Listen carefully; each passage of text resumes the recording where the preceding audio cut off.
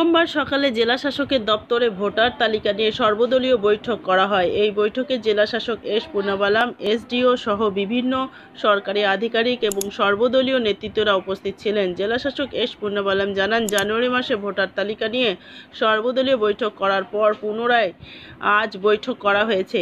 কোনো রকম অসুবিধা ও আপত্তি থাকলে সেসব জানাবার জন্য বলা হয়েছে এবং ভোটের তালিকা নিয়ে কোনো রকম অভিযোগ পাওয়া যায়নি। জেলা তৃণমূল কংগ্রেসের সম্পাদক আকাশ মুখার্জি জানান, ফাইনাল ভোটার তালিকা পেশ করার পর অনলাইনে অনেকে ভোটার তালিকায় নাম তোলার জন্য আবেদন করেছে। জেলা শাসকের কাছে অনলাইনে আবেদনকারীদের বাস্তবে তাদের অস্তিত্ব আছে কিনা সেটাও তদন্ত করার পর তাদের নাম নথিভুক্ত করা হয়। কারণ দেখা যাচ্ছে অনেক ভোটারদের নাম নথিভুক্ত হয়েছে কিন্তু তাদের অস্তিত্ব নেই। জাতীয় কংগ্রেসের জেলা সভাপতি দেবেশ চক্রবর্তী জানান, জেলা শাসককে 6 জানুয়ারি প্রকাশিত ভোটার তালিকা না ফাইনাল ভোটার তালিকা প্রকাশিত হবার পর অনলাইনে অনেকেই ভোটার তালিকায় নাম নথিভুক্ত করেছে এবং অনেকেই মারা যাবার পর তাদের ভোটের তালিকায় নাম রয়ে গেছে ও দুর্গাপুরে অনেক ভোটারের নাম তালিকায় নথিভুক্ত হয়েছে। তাই কোনো ভোটার তালিকা নিয়ে তারা নির্বাচনে যাবে, এর উত্তর জেলা শাসক দিতে পারেনি।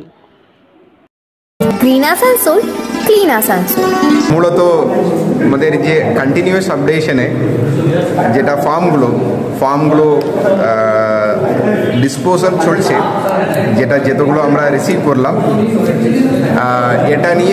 এটা স্ট্যাটাস জানানোর জন্য আজকে একটা অল পার্টি মিটিং হয়েছে। সমস্ত পার্টি থেকে প্রতিনিধিরা উপস্থিত ছিলেন, আমাদের আধিকারিকরাও উপস্থিত ছিলেন। ওখানে আমরা মূলত যেটা আমরা ফাইনাল পাবলিকেশন 6 জানুয়ারি যেটা করলাম, 6 জানুয়ারির পরে কি ফর্ম এসছে, কতগুলো ডিসপোজাল হয়েছে, অ্যাকসেপ্ট হয়েছে, রিজেক্ট হয়েছে, এসি ওয়াইজ ওই তথ্যটা আমরা দিয়েছি। তারপরে ওনাদেরকেও অনুরোধ করা হলো, এই প্রসেসটাও বুঝিয়ে দেওয়া হলো কীভাবে আমরা করছি।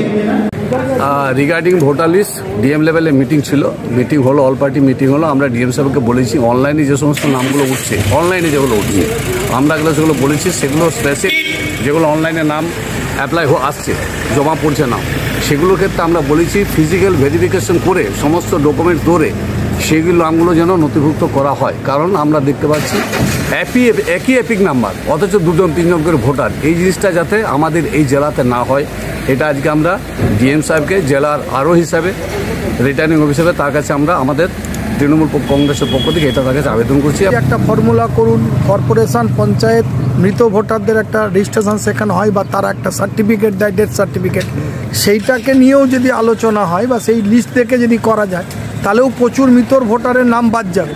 কিন্তু এরা অপারক বলছে, আমরা জানি না। স্বভাবত এগুলো নিয়ে আমরাও আমাদের উচ্চ নেতৃত্বকে জানাবো, রাজ্য এবং অল ইন্ডিয়া লেভেল আলোচনা হবে সেখানেও। আপনার পরিচয়? দেবেশ চক্রবর্তী, জেলা কংগ্রেস সভাপতি।